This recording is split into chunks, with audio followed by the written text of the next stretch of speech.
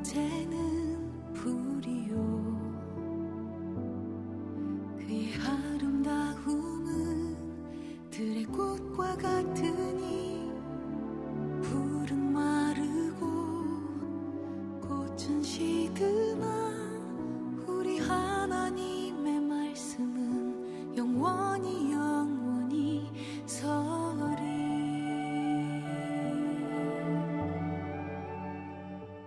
오늘 이 아침 우리에게 주신 말씀은 로마서 8장 31절에서 마지막 39절까지입니다. 그런즉 이 일에 대하여 우리가 무슨 말하리요? 만일 하나님이 우리를 위하시면 누가 우리를 대적하리요?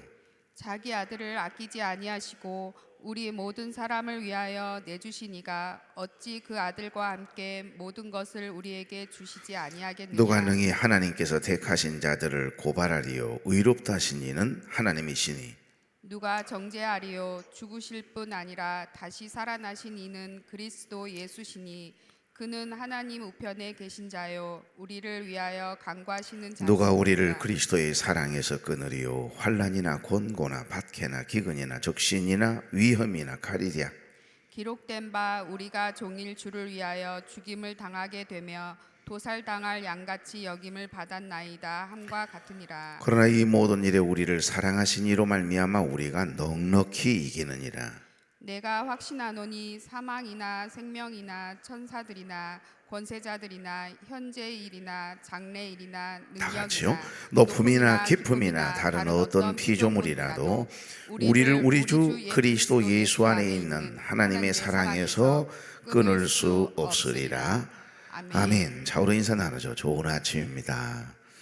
네, 참 좋은 아침이네요. 이 아침 첫 시간 하나님께 드리기 위해서 거룩한 발걸음을 떼신 여러분, 또 가정에서 유튜브를 통해 함께 예배에 참여하고 있는 우리 교회 여러분 주의 이름으로 축복합니다. 여러분, 어제 우리가 함께 나누었던 말씀이 수학적인 질문이었습니다.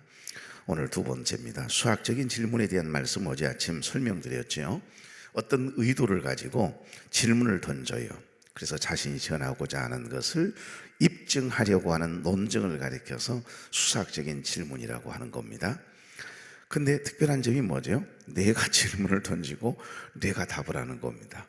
그렇게 해서 다른 사람들로 하여금 또 어떻게든지 그 설득시키고 이해를 시키려고 증언하려고 하는 그런 특별한 목적을 가진 그런 내용들의 이야기가 바로 수학적인 질문이죠. 때로는 부정을 강조하는 수사 의문문으로 우리가 물을 때도 있어요. 여러분도 수사학을 공부하지 않았어도요, 수학적인 질문을 할 때가 있어요. 수사학적인 대답을 할 때가 있고요. 때로는 긍정을 강조하는 수사학적인 질문도 하고요. 형태는 부정문인데 분명히 말은 부정적인 이야기를 하는 것 같은데 긍정의 뜻을 어떻게든지 더 강조하기 위해서 부정을 이야기한단 말입니다. 부정을 이야기하는 게 아니에요. 긍정을 이야기하고 있는데, 그러니까 선한 목적을 가지고 있는 것이니까 좋은 의미죠. 수사학적인 질문. 오늘 본문을 보시면 사도 바울은 이 수사학적인 질문을 통해서 뭘 이야기하고 싶은 거죠? 십자가의 사랑. 제일 마지막 절 한번 봐봐요. 39절. 끊을 수 없는 하나님의 사랑에 대한 이야기를 하나하나 설명하고 싶은 거예요. 그게 목적입니다. 자, 어제 함께 나누었지만 첫째 질문 8장 31절입니다. 다 같이요. 그런즉 이 일에 대하여 우리가 무슨 말하리요? 만일 하나님이 우리를 위하시면 누가 우리를 대적하리요? 아멘. 어제 설명드렸던 것처럼 하나님이 우리를 너무너무 사랑하셔서 하나밖에 없는 그 독생자를 십자가에 위해 죽게 하심으로 말미암아 죄와 사망의 법에서 우리를 해방시켜 주셨고 우리를 구원해 주셨는데, 우리를 특별히 택정하셔서 우리가 잘나고 똑똑하고 의롭고 선해서가 아니에요. 우리가 특별히 특심이 있어서 좋아요. 여러분이 하나님을 선택하고 하나님을 사랑하고 예수를 믿게 되는 것이 아니라니까요. 성령이 안에시고서는 예수 그리스도를 주로 고백할 수 있다 없다? 없습니다. 그러니까 내가 예수를 믿게 된 것 자체도요, 사실은 내가 하나님을 선택하는 것 같은데, 내가 믿게 된 것 같은데 아니요. 하나님의 특별한 은혜, 그레이스, 하나님이 많고 많은 사람들 중에 저와 여러분을 딱 지명하여 불러주셨어요. 이럴 때 하면 하지 언제 하면 합니까? 많고 많은 사람들 중에 우리를 구원받기로 작정된 영혼으로 하나님 딱 택정하셔서 나를 불러주셨다 이 말이에요. 그 부르심에 응답하는 것이 사명이죠. 우리 모두는 다 하나님의 부르심, 소명이 있어요. 그 소명의식이 우리에게서 희미해지면 하나님의 끝없는 사랑이, 하나님의 베풀어 주신 은혜가 내 안에 희미해지기 시작할 때 시험 드는 겁니다. 끊을 수 없는 그 하나님의 사랑, 나를 위해서 늘 끊임없이 기도해 준다라고 하는 그 생각을 하면 우리가 어떻게 부모님을 함부로 대할 수 있겠습니까? 나를 위해서 늘 기도해 주는 그 중보자를 함부로 이야기할 수 있겠습니까? 하나님의 사랑, 하나님의 특별한 그 은혜, 베풀어 주신 그 은혜가 내 가슴에서 희미해지기 시작하면 이상하게 서운한 감정이 들어와요. 시험 들어요. 그래서 무너지는 겁니다. 그 하나님의 은혜가 내 안에서 충만해지고요, 끊을 수 없는 그 하나님의 사랑, 내가 뭘 하고 하나님은 나를 수많은 사람들 가운데 택정하셔서 하나님의 자녀로 부르셨을까? 나를 쉴만한 교회로 부르셨을까? 저는 지금도 가끔가다 그런 생각이, 내가 왜 여기 앉아있지? 한참 설교를 준비하고 있다가도, 설교를 하고 있으면서도 하나님 원래 이렇게 계획이 있으셨나? 남들은 뭐 좋으니 어쩌니 그러는데 하나님께서 참 하시는 일이 가만히 보면 기묘하단 말입니다. 하나님이 하신 일이잖아요. 나를 어느 곳으로 보내든 어디를 가게 하시든 가라면 가는 거고 멈추라면 멈추면 되는 것이지 않습니까? 오늘 여러분 이 아침에 단잠을 깨우신 분이 여러분이 스스로 일어난 것 같아 보여도, 알람의 영향을 받은 것 같아 보여도 아니요, 하나님 여러분 깨워주셨어요. 그리고 이 자리에 오고 싶어하는 마음, 예배의 자리에 오고 싶어하는 마음, 유튜브를 통해서 함께 예배에 참여하고 싶은 마음을 하나님이 주셨어요. 그러니까 힘들고 어려울수록, 바쁠수록, 그리고 마음이 뭔가 은혜가 떨어지면 떨어질수록 더 예배 자리, 기도의 자리, 있어야 할 그 자리를 꼭 지켜내 보세요. 반드시 은혜로 다시 채워주세요. 그것이 하나님의 하시는 일이거든요. 오늘 여기 첫 번째 질문, 수학적인 질문이 뭐지요? 하나님이 우리를 너무 사랑하셔서 독생자를 십자가에 피 흘려 죽게 하시기까지 우리를 사랑하시는 분이 우리 하나님이신데, 그리고 하나님께서 나를 그렇게 해서 예수 그리스도를 믿음으로 말미암아 하나님의 자녀 삼아 주셨는데, 누가 감히 우리 하나님이 나를 택정해 주시고 나를 선택해 주셔서 하나님의 자녀로 삼아 주셨는데 누가 감히 나를 대적할 수 있단 말이냐, 이 말이에요. 두 번째 질문 32절 다 같이요. 자기 아들을 아끼지 아니하시고 우리 모든 사람을 위하여 내주시니가 어찌 그 아들과 함께 모든 것을 우리에게 주시지 아니하겠느냐. 아멘. 이것은 성부 하나님의 사랑을 증거하고 있습니다. 두 번째 이 수학적인 질문은 아버지 하나님에 대한 이야기를 하고 있는 거예요. 세 번째 질문 33절, 누가 능히 하나님께서 택하신 자들을 고발하리요? 의롭다 하신 이는 하나님이시니 누구도 하나님이 택하신 사람을 죄인이라고 고발할 수 없다. 이유가 뭐래요? 우리를 의롭다 하신 분이 계시기 때문이다. 그분이 누구다? 우리 하나님이시다. 우리가 마음에 믿어 의에 이르고 입술로 시인하여 구원에 이르느니라. 이게 이제 구원칭의라고 하는 겁니다. 내가 예수 그리스도를 믿음으로 말미암아 구원을 받았어요. 그러면 구원이 임함과 동시에 하나님의 영 성령님께서 우리 안에 성전 삼으시기 위해 여러분 안에, 내 안에 들어오셨어요. 여러분이 예수 믿는 순간 구원이 임함과 동시에 보혜사 성령님께서 여러분 안에 지금 들어와 계시는데 홀몸이 아니라는 것은 알고 계시요?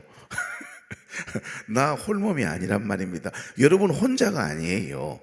그런데 성령님을 탄식하게 하고 성령님을 근심하게 한다면 어찌 하나님의 자녀라고 할 수 있겠어요? 어떻게 움직이는 거룩한 성전이라고 이야기할 수 있겠습니까?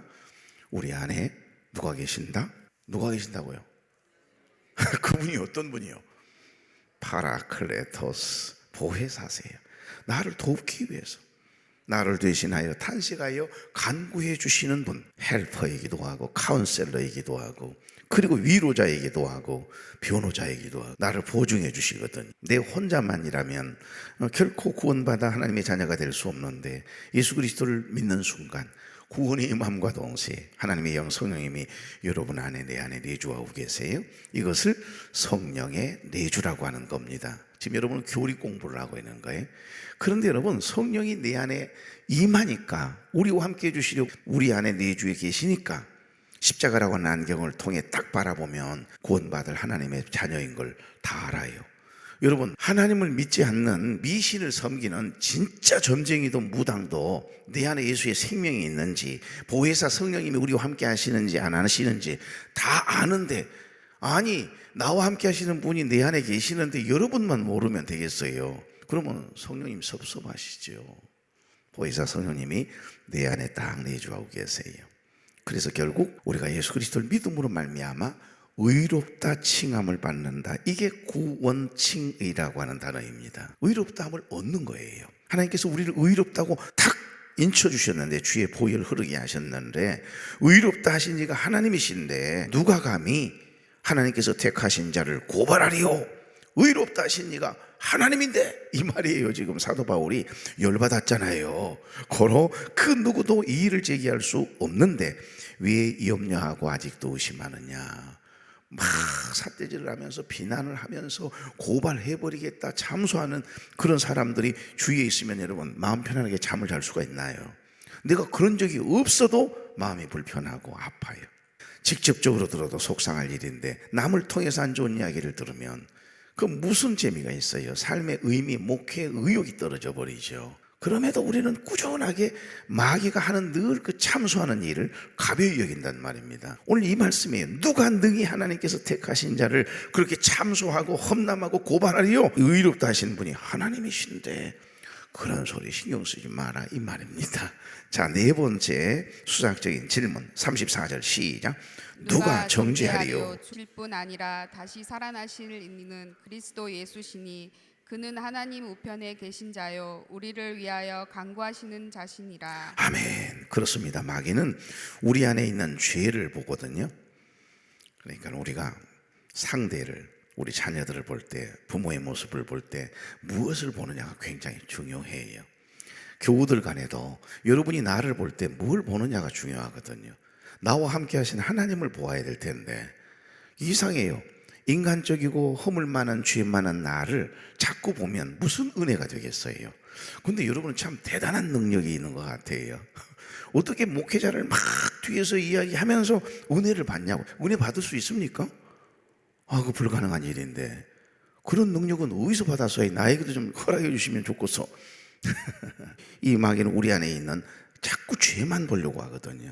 우리 허물만 자꾸 보고 송사합니다. 송사해. 송사가 뭔 줄 아시죠? 그리고 우리를 정죄하거든. 판단하고 비판하고 우리를 심판하려고까지 합니다. 그런데 마귀는 한술 더 떠가지고 너 죄인이야 임마 이러면서 단정을 짓습니다. 고발하잖아요. 내 양심도 가만 안 있죠. 여러분의 양심도 가만 안 있어요. 마귀가 주는 마음을 덜썩 붙잡고는요 끊임없이 나도 모르게 순간순간 고발하며 송사하는 일에 막 힘을 보탠다니까요. 그러니까 내가 나지만 나도 모르겠어. 내 안에 있는 이 겉사람, 육체의 법을 따르고자 원하는 내가 이놈이 난 줄 알았더니 나를 고발하네. 나를 고발해. 그래서 나를 무겁게 하고 힘들게 할 때가 있어요. 여러분은 이상합니다. 굉장히 선한 분들 같네요. 그런 일 없어요? 육체의 법을 따르고자 하는 나는 이 육체적인 나, 겉사람인 내가 쥐가 주인인 것처럼 내 자아가 똘똘 뭉쳐가지고요 나를 막 참수하고 고발하잖아요. 그러면서 내 양심에 웃긴 소리 하고 있네. 네가 무슨 목사 이래가면서 내 양심은요. 그렇지 않아도 마귀에게 다른 사람에게 지적받는 거, 세상에 송사당하는 거 너무너무 자존심 상하고 기분 나쁜 일인데 이 마귀는 한술 더 떠서 너는 죄인이야. 그래서 그렇지 않아도 열받아 죽겠는데 네 안에 있는 내 양심이 나를 고발해요. 네가 그러고도 목사냐?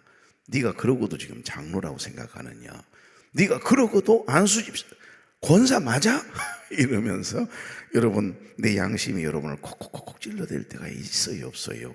그러나 여러분 염려하거나 두려워하지 마십시오. 예수님을 믿는 우리는 정죄의 대상이 아니고 징계의 대상이에요. 구원받은 하나님의 백성 자녀는요 결코 그 누구도 정죄할 수 없다. 이 말을 지금 말씀하고 있는 겁니다. 누가 정죄하리요? 죽으실 뿐 아니라 다시 살아나신 이는 그리스도 예수시니 그는 하나님 우편에 계신 자요 우리를 위하여 간구하시는 자이시니라. 그럼요 결단코 여러분은 정죄의 대상이 될 수 없어요. 남을 정죄하는 거 큰 죄입니다 여러분. 그러나 우리가 죄 때문에, 우리의 잘못 때문에, 아니면 죄는 짓지 않았지만 남의 일에 괜히 참견하다가 악한 일에 휘말려서 어려움 당할 수 있어요. 하나님의 징계, 채찍은 우리에게 있을 수 있지만은 예수 그리스도를 믿어 구원받아 하나님의 자녀가 된 저와 여러분은 결코 정죄의 대상이 될 수 없다. 징계는 받을 수 있으나, 이 이야기를 지금 사도 바울은 합니다. 저와 여러분 예수 그리스도를 믿음으로 의롭다함을 받은 사람들이잖아요. 자, 그래서 여러분 이 로마서 8장에서 가장 중요한 성경 구절이 어떤 거라고 했습니까? 기억나나요? 로마서 8장 중에 가장 중요한 거, 핵심적인 구절 1절 2절이라고 했잖아요. 다 같이 8장 1절 2절 시작. 그러므로가 뭐야? 그러므로 이제 그리스도 예수 안에 있는 자에게는 결코 정죄함이 없나니 이는 그리스도 예수 안에 있는 생명의 성령의 법이 죄와 사망의 법에서 너를 해방하였습니다. 아멘. 이걸 믿습니까? 이게 복음이에요. 이 복음을 받았으면서도 우리가 내 양심의 소리를 마귀가 자꾸 와서 충동질하면서 들려주는 소리, 다른 사람들이 하는 소리에 우리가 두려워하고 낙심하고 의기소침해하고 내 신앙을, 내 자신을 비하시키다가 그만 실족당할 때가 얼마나 많습니까? 오늘 본문은 수학적인 질문이에요. 내가 질문하고 내가 대답해가는 과정을 통해서 사도 바울은 지금 증언하고 싶은 게 있습니다. 강조하고 싶은 게 있어요. 뭐죠? 십자가의 사랑이에요. 하나님의 끊을 수 없는 하나님의 사랑에 대한 그 사랑을 확증하고 강조하고 싶은 겁니다. 여기 33절부터 34절을 한번 보시면 그 하나님의 사랑에 대한 세 가지의 근거를 하나하나 대고 있거든요. 첫 번째 근거는 예수님께서 우리를 위해 죽으셨기 때문에 그렇대요.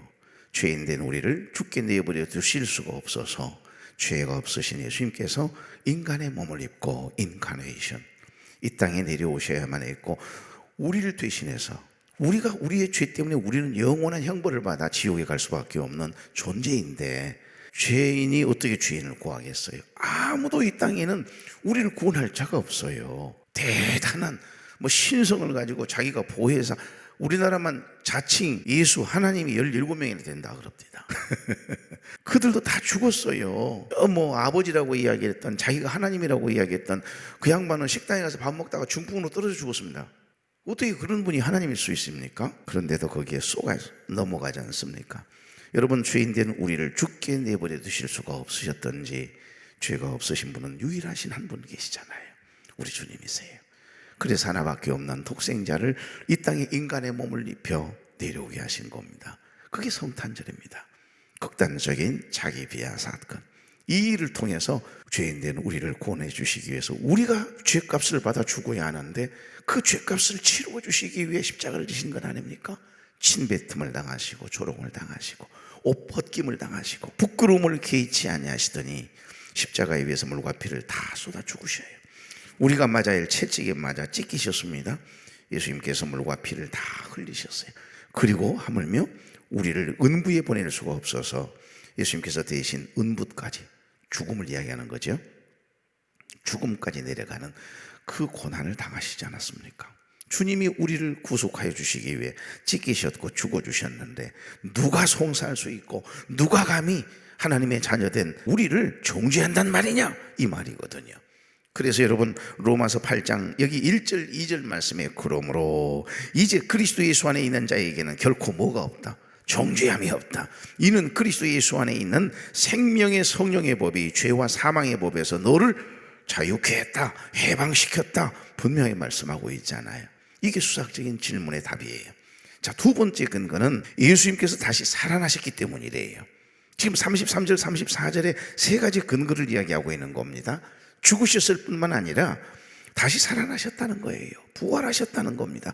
그분의 부활이 우리의 부활이 되는 거예요. 그분의 생명이 우리의 생명이 되는 겁니다. 그분의 영원한 낙원이 우리의 낙원이 되는 거예요. 그래서 우리가 죽음 너머에 저 영원한 예비해 놓으신 성 하나님의 나라 천국을 가게 되는 거지요. 자, 세 번째 근거는 지금 우리 예수님께서 어디 계셔요? 부활하셔 승천하셔서 하나님 우편에 계시기 때문이래요. 그러니까 예수님은 하나님 보좌 우편에서 역사를 주관하시고 우리를 위하여 친히 간구하신다. 그런데 누가 감히 내 자녀들을, 예수 믿는 저와 여러분을 정죄하리요, 지금 이 이야기를 하고 있는 겁니다. 그리고 수사학적인 이 마지막 질문, 다섯 번째 질문은 35절입니다. 아주 중요하죠. 다 같이 시작. 누가 우리를 그리스도의 사랑에서 끊으리요? 환난이나 공고나 박해나 기근이나 적신이나 위험이나 칼이랴. 39절에도 높음이나 깊음이나 다른 어떤 피조물이라도 우리를 우리 주 그리스도 예수 안에 있는 하나님의 사랑에서 끊을 수 없으리라. 아멘. 이 말씀이 얼마나 은혜스럽습니까? 사도 바울은 여기 로마서 8장에 와서 하나님의 사랑이 얼마나 놀라운 것인지에 대해서 확신에 찬 의조로 지금 계속해서 증언하며 강조하고 있거든요. 그래서 수학적인 질문을 통해서 강조하고 있는 겁니다. 그 사랑의 특징이 바로 뭐죠? 끊을 수 없는 사랑이래요. 끝이 없는 하나님의 계약이 무한대인 사랑, 헤세드의 사랑을 이야기하는 거죠. 이 하나님의 사랑과 하나님의 베푸신 은혜가 우리 안에서 늘 이렇게 기억되어지고 다시 막 생각날 때, 그 고마움이 생각날 때나 그 힘들고 어려운 시절 이야기하다 보면 눈물 픽 막 돌고 그러잖아요. 그 은혜가, 그 감사했던 그 순간의 생각이 난다거나 그 힘들었던 그 과정을 이겨나왔던 생각을 하면 순간 우리가 눈물이 핑 돌잖아요. 그러니까 하나님의 사랑, 하나님이 나를 세상에 나 같은 것을 사랑하셔서 예수 믿게 하시고 하나님의 자녀가 되게 하셨고, 이 아침에 아니 세상에 내가 새벽 예배를 나와? 새벽을 깨워서 유튜브 생방송을 통해 예배에 참여하고 있어? 이런 생각들 말입니다. 그런 어떤 하나님의 사랑과 베푸신 하나님의 은혜가 우리 안에 충만해질 때 이게 성령 충만, 은혜 충만이라는 거죠.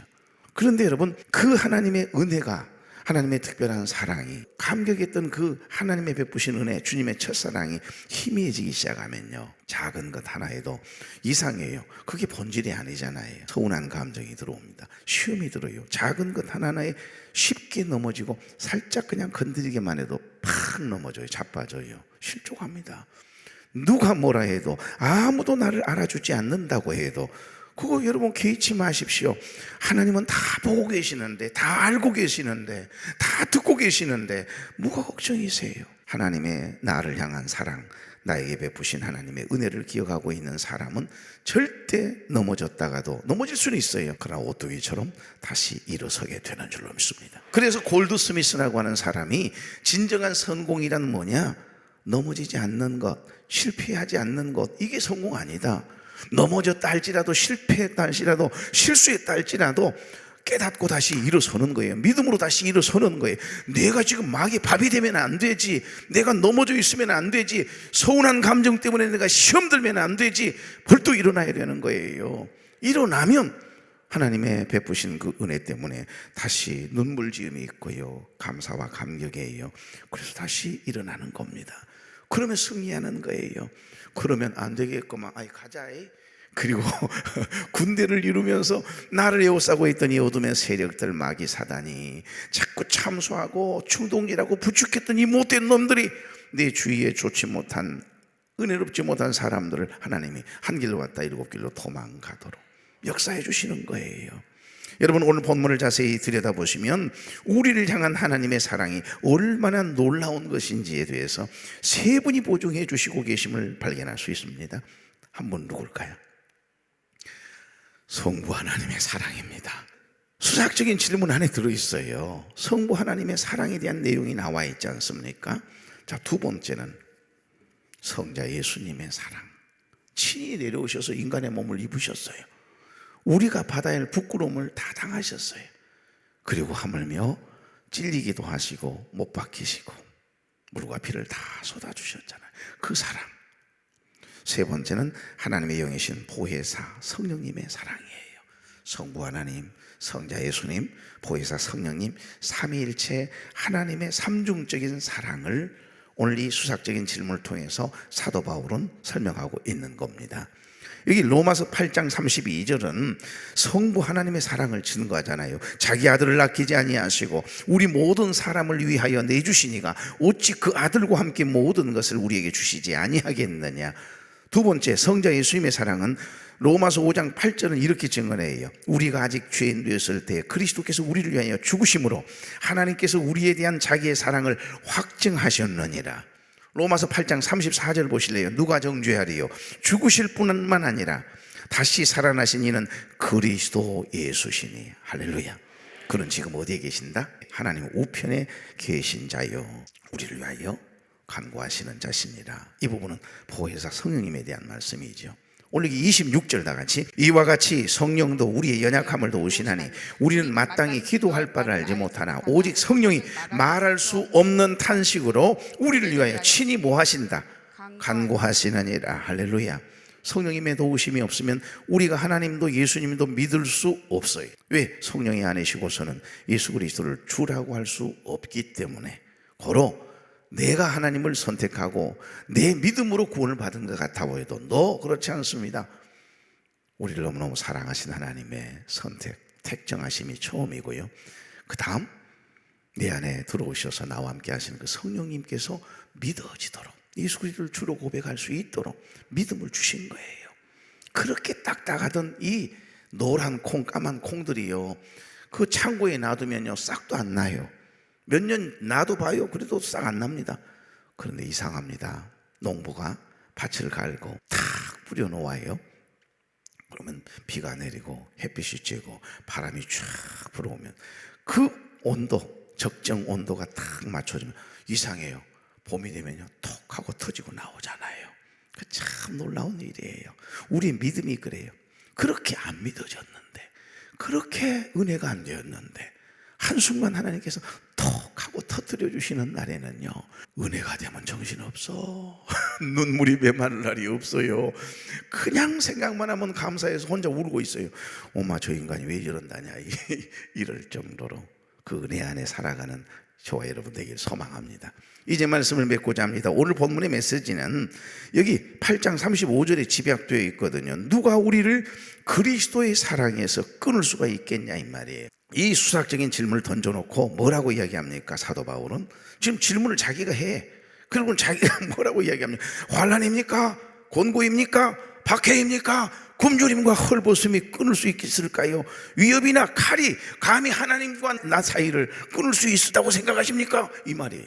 왜 이 수학적인 질문을 던져놓고 그 질문에 스스로 대답하고 있잖아요. 이 질문 잘못한 것 아닙니까? 의문을 제기하기도 하고. 그러니까 자기가 자기 혼자 난리를 친다니까요. 그런데 가만히 듣다 보면 복음을 이야기하고 있고 하나님의 끊을 수 없는 그 사랑을 아주 강하게 강조하고 있어요. 환난과 곤고나 박해와 굶주림, 헐벗음, 위협, 칼에 죽으면서도 어떻게 하나님은 나를 사랑하신다 그렇게 믿으란 말입니까? 나 이야기 아니에요. 지금 사도 바울의 수학적인 질문이요. 37절 그러나 이 모든 일에 우리를 사랑하시는 이로 말미암아 우리가 넉넉히 이기느니라. 할렐루야지요. 사도 바울은 한 걸음 더 나아가서 38절에 나는 확신합니다 그러면서 뭐라고 이야기하는가 봅시다. 38절 시작. 내가 확신하노니 사망이나 생명이나 천사들이나 권세자들이나 현재 일이나 장래 일이나 능력이나 39절 높음이나 깊음이나 다른 어떤 피조물이라도 우리를 우리 주 그리스도 예수 안에 있는 하나님의 사랑에서 끊을 수 있다 없다? 없습니다. 없다. 험한 세상 살면서 내게 시련이 와도 내게 슬픔이 와도 나는 주만 보리라. 우는 사자와 같이 조막이 나를 삼키려 나를 유혹하지만 주가 나를 지키리. 그러면서 뭐라 그래? 환난아 내게 오너라 시련아 내게 오너라 시험아 내게 와봐라 환난아 내게 다가와봐라. 누가 주님 사랑해서 나를 끊을 수 싶냐 이놈아 이러면서 외쳐대는 사울의 고백이 여러분의 고백 되기를 바랍니다. 그럼 끝나는 거예요. 하나님은 저와 여러분을 누구보다 사랑하세요. 그래서 우리를 하나님의 자녀 삼아 주셨어요. 이 하나님의 끊을 수 없는 사랑, 끝없는 사랑을 받았으며 누리며 살아야 될 것 아니겠습니까? 그리고 이 끝없는 크신 하나님의 은혜와 사랑을 자손들에게, 교우들에게, 이웃들에게 흘려보내는 삶을 살아야 되지 않겠어요? 그럼 되는 겁니다. 사도 바울이 원하는 목적이 바로 그겁니다. 오늘도 하나님의 베푸신 그 안에 하나님의 그 은혜, 그 사랑, 끊을 수 없는 그 사랑 때문에 순간순간 감격에서 눈물 지음이 있고 내 가슴이 뜨거워짐이 경험되어지고 하나님 참 감사하다. 하나님의 은혜다. 감사해요. 하나님 사랑해요. 힘들고 어려운 중에도 그 고백이 저와 여러분의 고백 되길 바랍니다. 좋으신 하나님, 사랑하는 종들과 함께 하나님이 허락하신 행복한 날 시작합니다. 사도 바울의 수학적인 그 질문이 우리의 질문 답변이 되게 하시고 신앙의 고백이 되게 해주셔서 행복한 주님과의 동행을 이루는 복 있는 날 살아내게 하옵소서. 예수 그리스도의 이름으로 축복하며 기도하옵나이다. 아멘.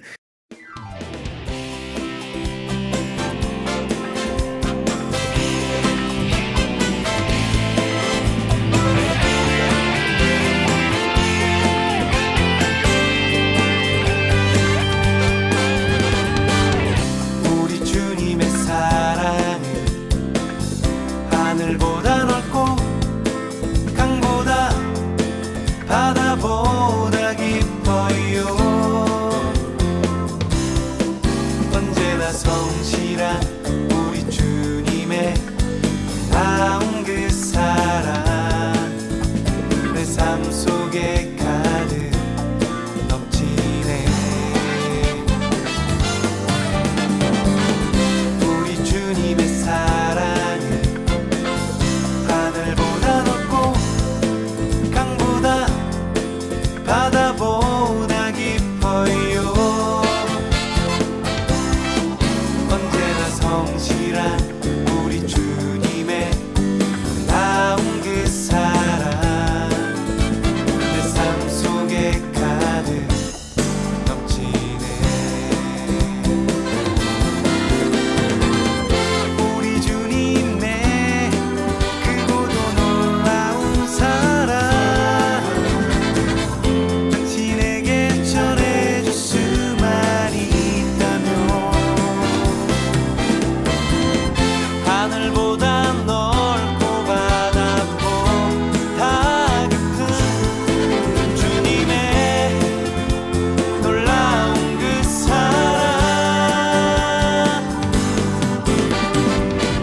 펴보세요.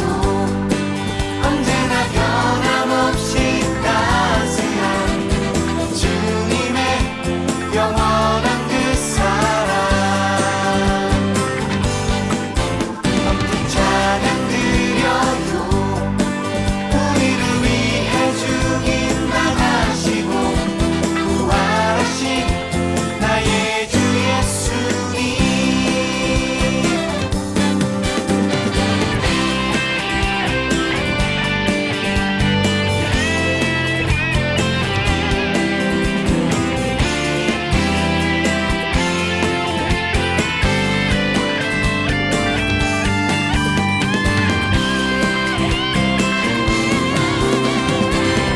우리 주님의 크고도 놀라운 사랑 당신에게 전해줄 수만 있다면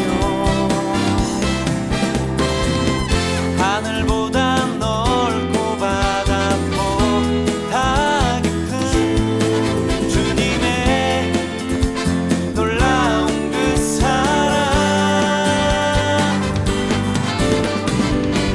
펴보세요. 언제나 변함없이 따스한 주님의 영원한 그 사랑 함께 찬양 드려요. 우리를 위해 죽임 당하시고 부활하신 나의 주 예수님. 펴보세요. 언제나 변함없이 따스한 주님의 영원한 그 사랑 함께 찬양 드려요. 우리를 위해 죽임 당하시고 부활하신 나의 주